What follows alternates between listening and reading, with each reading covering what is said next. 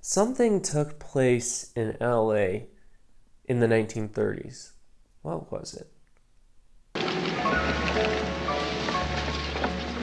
Forget it, Jake. It's Chinatown. Oh, yeah, that makes sense.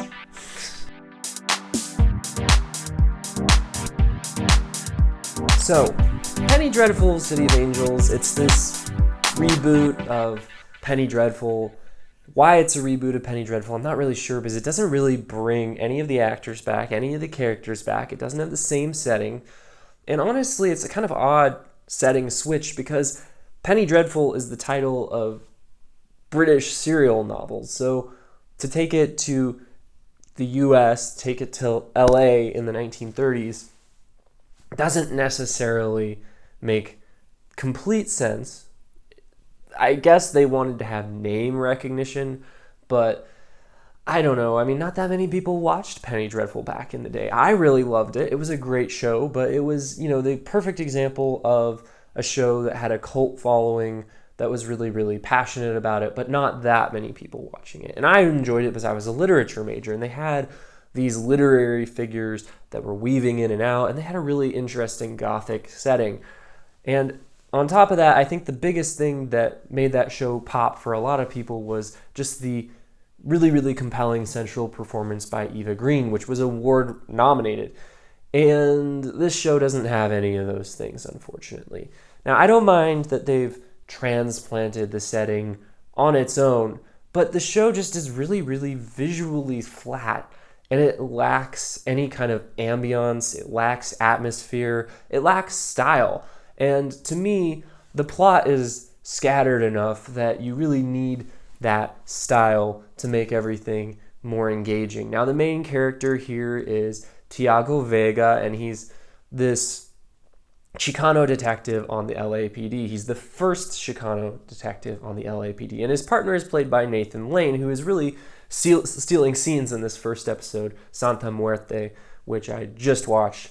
And I feel like if this was going for a completely different vibe, that might have been a better idea. But the similarities between it and Penny Dreadful are there. You do see the spiritual similarities. You've got this character played by Natalie Dormier, who is a very, very similar actress to Eva Green, in all honesty, and she's possibly the most compelling aspect of this show so far, but it's just not enough. She's playing a supernatural shape-shifting demon who's kind of got her finger in all these different things in LA, and she's kind of stirring up racial tensions, but I just found this to be kind of weak as a plot line. To me, supernatural evil and real-life racial injustice and racism undercut each other, because the supernatural elements undercut the real life evils, and then the real life evils make the supernatural elements seem hokey and cheap. I feel like, like I said, the plot is scattered here.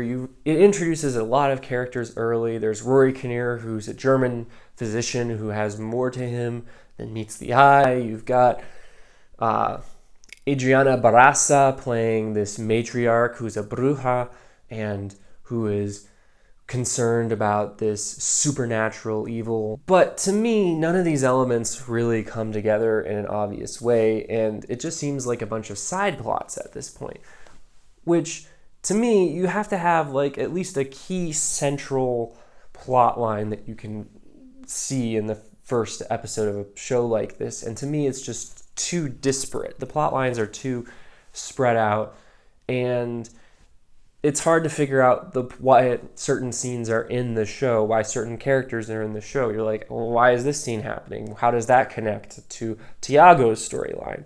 And how does Magda, the shape-shifting demon, connect to all of it? And, like I said, I feel like it's just like you have Nazis, you've got America Firsters, you've got Hollywood, you've got Chinatown homages, you've got the racial component with the Hispanic culture, and obviously I applaud them for trying to incorporate Hispanic culture and particularly Chicano culture into this show, but it's just low-hanging fruit. Like, he goes after all the things that are stereotypical, and when I say he, I mean John Logan, the creator. He goes after all the things that everybody thinks they know about Chicano culture, like mariachi bands and, dancing and the Day of the Dead, El Dia de los Muertos, all those things.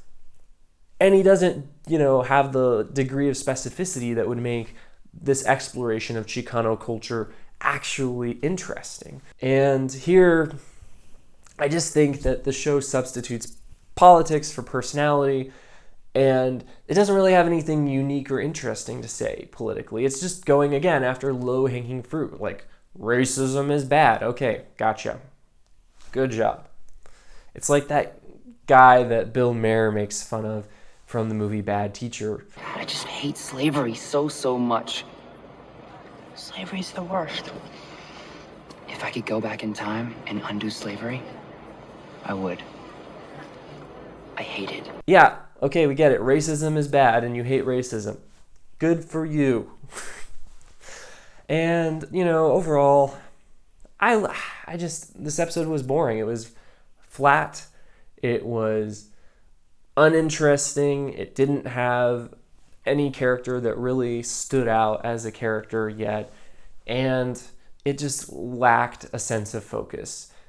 So I'll keep reviewing this show. I'm going to do weekly reviews as episodes come out. And if you want to see those, I highly recommend subscribing to the channel. But based on this episode alone, I wasn't terribly impressed. But let me know what you thought in the comments. If you're someone from Chicano culture in particular, let me know if this show was meaningful to you, or if, like I did, you feel like it's just kind of the surface level exploration of Chicano culture. I understand the desire to explore identity, but I feel like it's just got to be done better than this. So those are my thoughts. Let me know your thoughts in the comments, and please subscribe now if you're interested in seeing more videos like this one.